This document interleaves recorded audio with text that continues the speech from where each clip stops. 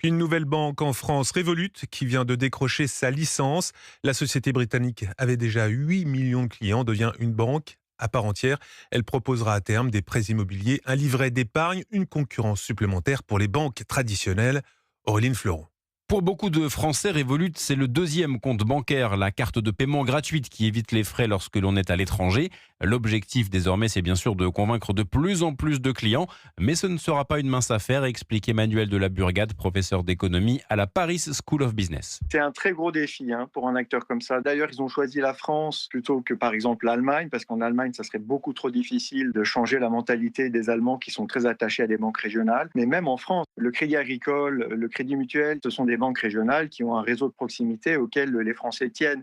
Mais peut-être que dans 10, 15, 20 ans, on aura une évolution des pratiques françaises. Peut-être que Revolut va devenir l'Amazon des services bancaires. Et c'est d'abord en ligne que la concurrence sera rude, avec notamment le leader actuel Boursorama.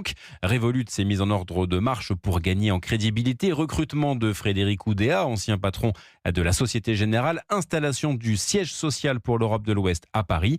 Investissement d'1 milliard d'euros en France et 200 nouvelles embauches ont été annoncées juste avant l'été. Aurélien Fleureau pour Europe.